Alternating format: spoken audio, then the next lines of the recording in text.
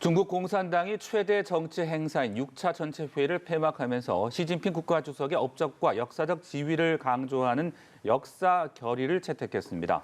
네, 이에 따라 시 주석의 1인 중심 통치 체제가 한층 더 공고해질 것으로 보입니다. 밤사이 들어온 글로벌 뉴스 김지수 기자와 함께 살펴보겠습니다. 안녕하세요. 네, 안녕하십니까.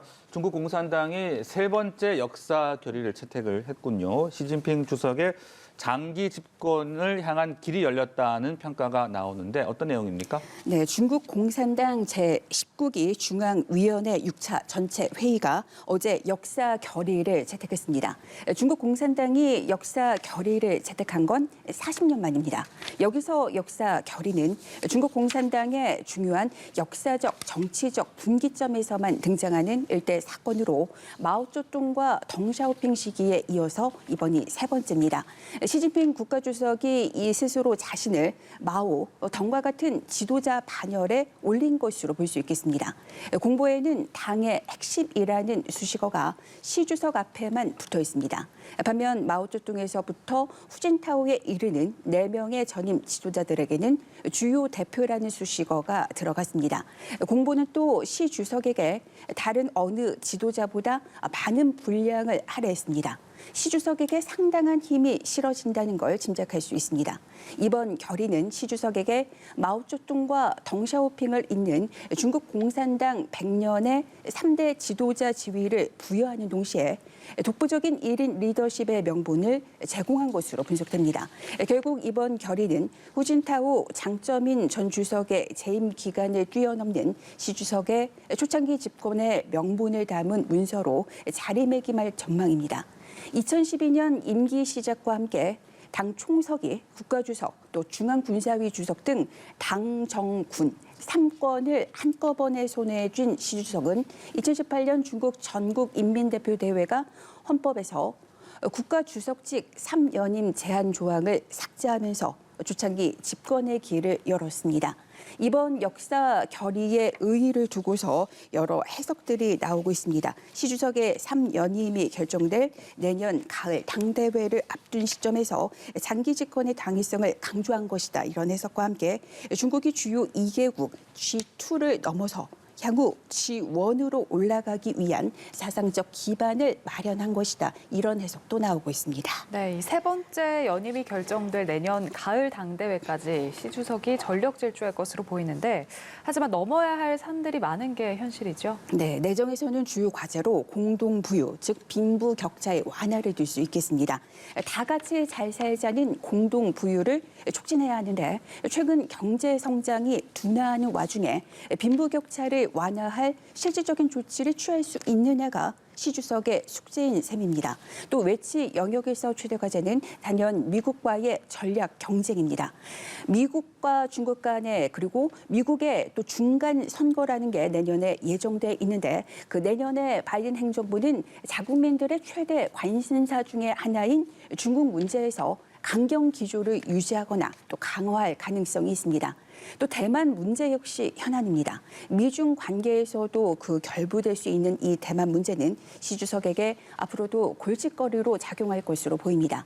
이 외에도 코로나19 속에 치러질 내년 2월 동계올림픽을 방역과 또 경기 운영 면에서 모두 성공적으로 치러내느냐도 시 주석에게는 중요한 과제로 떠올랐습니다. 이런 가운데 시 주석은 아시아태평양 경제협력체 최고 경영자 회의에서 아태 지역은 냉전 시대의 대립과 분열로 돌아가면서도 안 된다며 오커스 같은 미국의 동맹 강화 움직임을 비판했습니다. 시 주석의 발언은 아시아태평양 지역이 냉전으로 회귀해서는 안 된다는 걸 강조한 건데 미국이 곧바로 입장을 내놨습니다. 제이크 설리번 미국 백악관 국가안보보좌관은 미중 간 극심한 경쟁이 신냉전으로 이어질 필요는 없다고 말했습니다. 미국이 원하는 건 신냉전이나 충돌이 아니라 경쟁이라는 입장입니다. 그러니까 정상회담을 앞둔 상황에서 일종의 기싸움이다 이렇게 볼 수도 있겠습니다. 네, 이번에도 중국 소식이 또 들어와 있는데요. 바로 어제 11월 11일 중국에서는 쌍십일로 불리는 그런 날인데 최대 온라인 쇼핑몰 업체인 알리바바가 최대 할인 행사를 펼쳤군요. 매출액이 상당했다고요? 네, 그 중국 최대 온라인 쇼핑몰 업체 알리바바의 거래액을 보면 이 쌍시빌 축제의 성공 여부를 가늠해 볼 수가 있고 또 중국의 소비 여력이 어느 정도인지를 알 수 있습니다. 알리바바는 이번 쌍시빌 축제 기간 100조 원에 육박하는 사상 최대 거래액 기록을 세웠습니다. 해마다 지속되던 폭발적인 성장세는 급속히 꺾였습니다. 지난해 대비 성장률은 8.4%를 기록했는데 이 같은 수치는 전년도에 85.6%보다 급감한 겁니다. 중국 IT 산업이 당국으로부터 심한 규제를 받는 가운데 처음 맞는 쌍시빌 행사에서 알리바바를 비롯한 온라인 쇼핑몰들은 마케팅을 최대한 자제해왔습니다. 업계에서는 쌍시빌 거래액 성장세의 급속한 둔화가 알리바바 등 대형 IT 기업들을 둘러싼 규제 환경의 변화와 관련이 깊다는 그런 분석도 나오고 있습니다. 알리바바는 4세 확장을 상징하는 쌍시빌 축제 기간의 매출을 높이기 위해 최근 해외 업체의 인수와 합병, 또 행사 기간의 연장 등 온갖 수단을 동원해서 왔는데 올해에는 그런 노력을 기울이지 않을 것임을 시사한 바 있습니다. 이를 두고서 AF통신은 중국 공산당이 다 같이 잘 사자는 공동 부유를 추진하는 그런 점을 언급하면서 공격적인 판매와 무분별적인 소비주의 행태는 중국 공산당의 공동 부유에 배치되는 것으로 여겨질 수 있다. 이렇게 해석했습니다. 네, 이번에는 어제 전해드렸던 동유럽 난민 사태 소식인데 벨라루스와 폴란드 국경에 중동 출신의 난민들이 몰려들고 있는데요.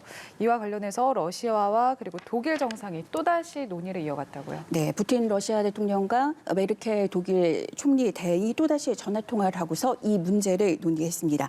두 나라 정상들은 심각한 난민 위기의 조속한 해결이 중요하다는 점을 언급했고 푸틴 대통령은 문제 해결을 위한 EU 국가들과 벨라루스 간의 접촉 재개를 지지한다고 밝혔다고 크렘린궁은 정했습니다. 벨라루스와 폴란드 국경 지역의 그 난민 위기는 벨라루스에 체류해오던 중동 지역 출신 난민 수천 명이 지난 8일에 폴란드 국경 지역으로 몰려들어 국경을 넘으려 시도하면서 고조됐습니다. 폴란드는 벨라루스 정부가 난민들을 의도적으로 폴란드 쪽으로 밀어내려 한다는 주장을 하면서 군대를 배치해서 유입을 막고 있습니다. EU도 벨라루스가 자국에 대한 그 EU 제재에 보복하려고 난민들을 폴란드 등의 인접 EU 국가들로 내몰고 있다면서 벨라루스에 대한 추가 제재를 경고했습니다. 루카셴코 벨라루스 대통령은 이번 사태의 책임을 자국에 돌리고 있는 EU를 향해서 가스 공급을 차단하겠다고 위협하고 나섰습니다. 또 EU의 추가 제재에 대한 대응책으로 폴란드나 독일 등으로 또 러시아와 이어지는 벨라루스 내 그 경유하는 도로를 차단할 수도 있다. 이렇게 위협했습니다. 네, 이번 난민 사태를 바라보는 우려의 목소리가 큰데요. 국제사회가 좀 잘 지혜를 모아가야 될 것 같습니다. 코로나19 관련 소식도 짚어보도록 하죠. 모더나사가 인정을 했다라고 봐야 되는 겁니까? 모더나 백신을 맞은 젊은 남성의 심근형 발생 위험이 더 높다 이렇게 밝혔군요. 네, 모더나 백신은 현재 핀란드와 스웨덴 등 그 북유럽 국가에서 만 30세 미만 남성에게는 현재 접종이 금지된 상태입니다. 그러니까 심근형 발생 위험 때문에 그런데요. 모더나는 자사 백신을 접종한 젊은 남성의 심근형 발생 위험이 다른 백신보다 높다고 인정했습니다.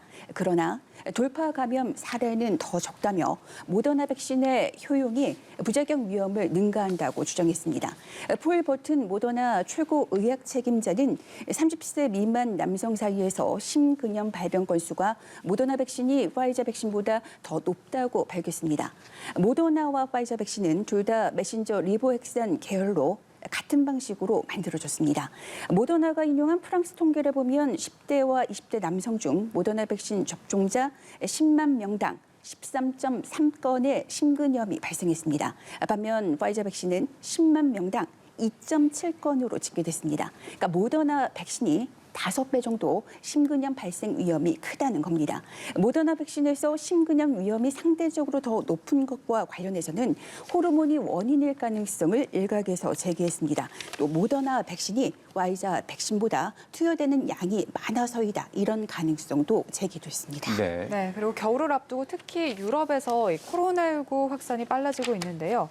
유럽의약품청이 우리나라와 미국 제약사의 코로나19 치료제 이 두 종류의 사용을 허가했다는 소식이네요. 네, 유럽의약품청이 우리나라 제약사 셀트리온과 미국 제약사 리제네론의 항체 치료제 두 종의 사용을 승인했습니다. 유럽의약품청 자문위원회는 셀트리온의 항체 치료제 레키노나를 코로나19에 감염돼 중증으로 전환할 위험성이 큰 성인 치료에 사용을 권고했습니다.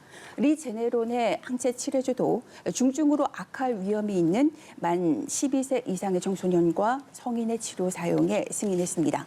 이들 항체 치료제는 코로나19가 역대 최고의 속도로 확산하고 있는 유럽에서 처음으로 치료에 투입될 예정입니다.